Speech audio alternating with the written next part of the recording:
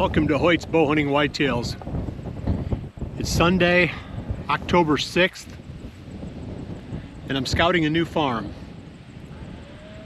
I've decided that I'm not going to wait on the farm that we own, hoping that something shows up. I mean, we've got that fat buck to hunt, but I really want Jordan to try to get that deer. The way that he's living right now, his pattern sets up really well for her for a close range controlled shot. You might hear a couple of cows in the background. This farm is one that I hunted 3 or 4 years ago with my son Drew. We did a deer drive here with the landowner and his family. So I've only been on here once. There were a lot of deer. I never really scouted it because I was one of the standers. So I just went into my spot and then, you know, came back straight back out again. I don't know 100% yet whether I'm going to be able to hunt it. I believe so. I just don't know what the terms and conditions are. God, that wind is really howling. See if I can find a spot to get out of the wind. That's one of those cows. Between the wind, I'm going to crouch down. There we go. Between the wind and the cows, I'm not sure you're going to be able to hear me talking here. So anyway, I don't know what the terms and conditions would be on this. They're hunters. I'm always really sensitive about hunting someplace that I don't own. They were looking for why I don't have corn with me, I guess. Here, you better see my buddies.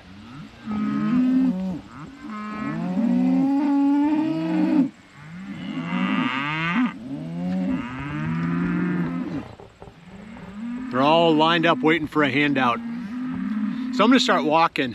It's real rough country. It's beautiful back in here. I don't think I'll be flying the drone and doing any of the visuals that I normally do on our farm, just because, you know, there's always that sense of privacy when you're hunting somebody else's land. You don't really want to, you know, give away, you know, too much that way. But maybe, possibly, I can bring you some of that. I'm gonna move to a different spot here and see if I can get away from these cows so I can talk a little bit better. Hoyt's Bowhunting Whitetails is brought to you by Redneck Blinds, Code of Silence Apparel, Hunt Stand Pro Whitetail App, Whitetail Institute, Research Equals Results, B3 Releases, XO Broadheads, Exact Sights, and Hoyt.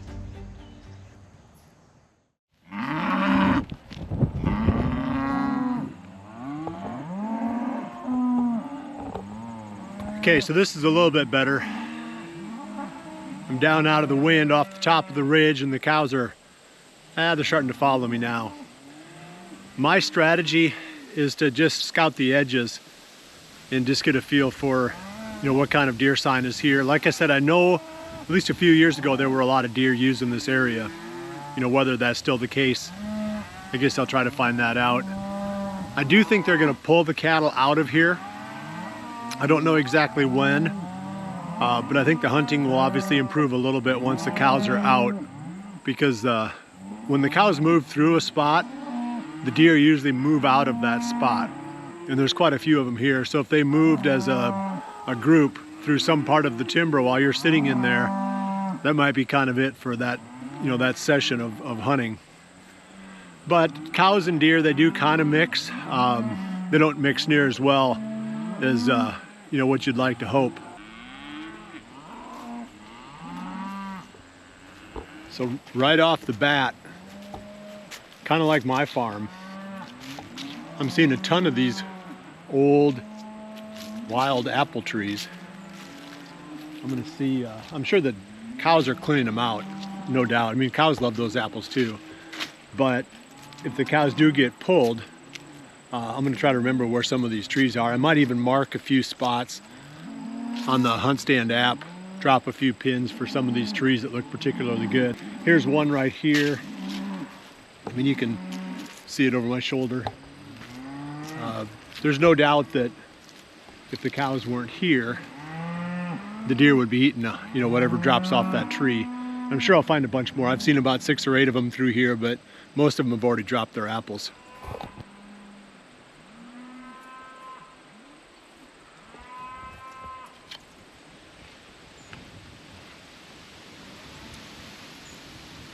That's a good one. So my first impression of the farm is that there are a lot of apple trees, even more than my farm. I thought that I had a lot of them. Man, this place has got me beat hollow. There's an apple tree every 15-20 feet back in here.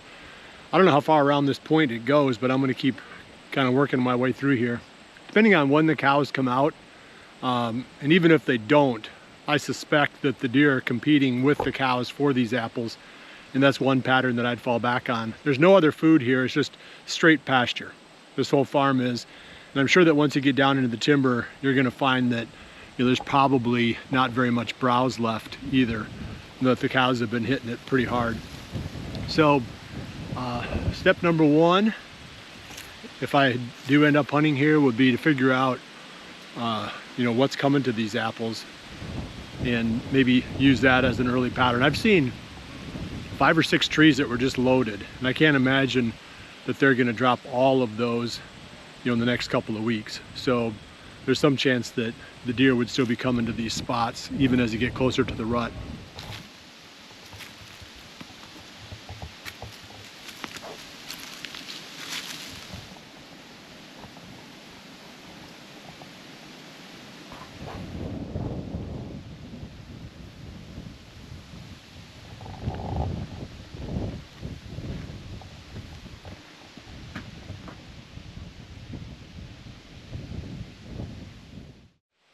It's really just an open ridge top that's pastured. So there's no food on the ridge top for the deer. It's just grass, and the grass is eaten down, so the deer wouldn't be out in that.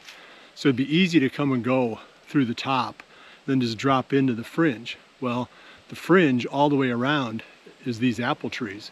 So, you know, when the rut comes and the bucks are out cruising looking for does, they're not going to have to cover all kinds of ground. And I wouldn't go down into the deep bottom where the wind is going to be swirling. I'd stay right up on top here where the bucks are going to be cruising apple thickets going all the way around the edge of that pasture.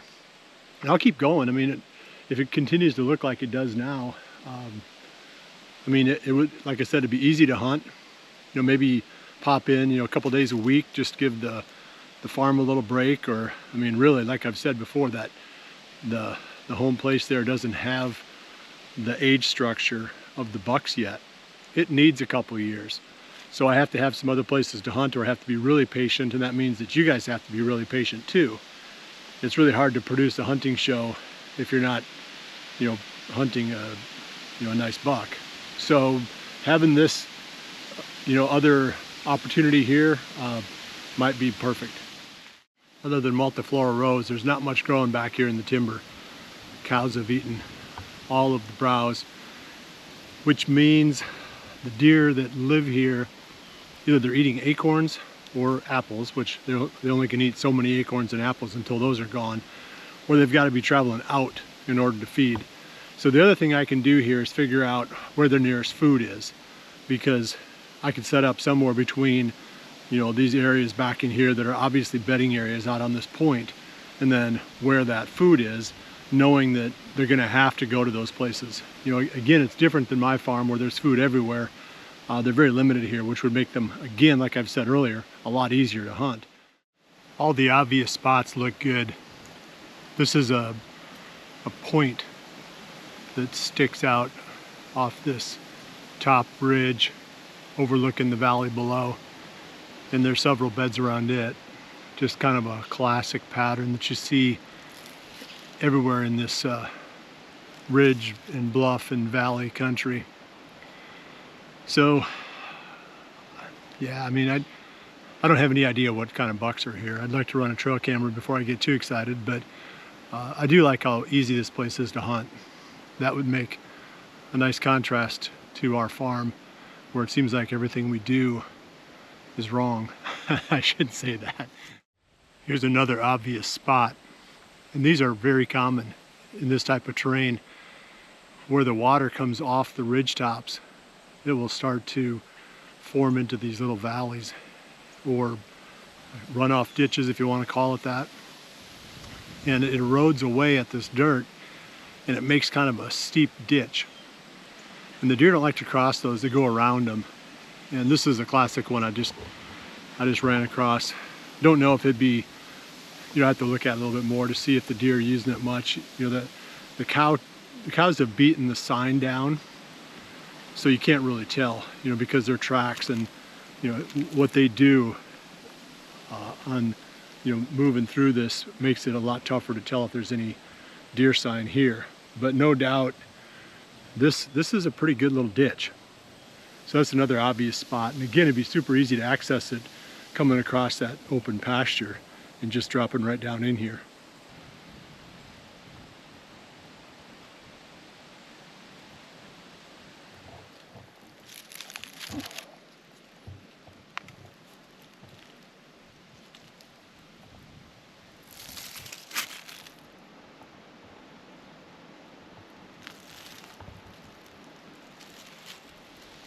Here's a spot with a bunch of oak trees.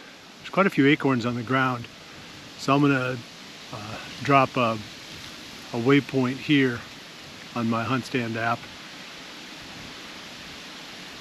You know, I don't know how long the acorns would last, but there's enough of them here that I would think you're looking at, you know, a couple weeks anyway. This quick scouting is really pretty much all I need now to come up with stand locations. I don't really need to come back and hit this again. I could just return with a stand on my back. The HuntStand app would be really helpful too, because I can look at the overlays that have the contour lines, and then obviously the aerial photos, and you get a really good feel for what's going on, just based on knowing how deer use certain types of terrain. So this one is, I guess I'll keep going before I make my final conclusions. But I just thought you might get some benefit out of seeing another one of these ditches that actually sets up better.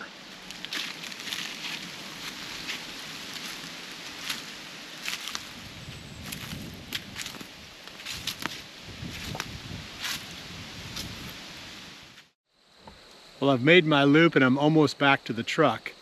I stopped down here in this little pocket of protected area here where I'm out of the wind. It's hard to do an interview with the wind just howling across the microphone. Not a lot of deer here, or if there are, the cows are rubbing out the sign. I didn't see a single scrape or rub, and I did cover quite a bit of ground. Not many tracks, not much food. Again, they're eating probably apples or acorns, and when those are mopped up, they're gonna have to go someplace else to find food. But it's super easy to hunt. You know, the huntability of this farm is like a 10 out of 10 from what I'm used to on the other place. I do think there's probably, you know, some decent bucks around here. I do know the neighborhood a little bit. It's only about 10 miles, roughly 9 to 10 miles as the crow flies from my farm. And I know quite a few of the people that hunt around here, so I've got a feel for what they shoot. You know, it doesn't mean there's any on this farm. So my next step now is to talk to the landowner and find out if it's okay for me to come in here and do a little hunting. I think it gets gun hunted, but I don't think it gets bow hunted. But I need to make sure I'm not stepping on any toes. And if he gives the thumbs up, then I want to get some trail cameras in here and just see what kind of bucks are around. I do feel like now is the time for the cell cameras.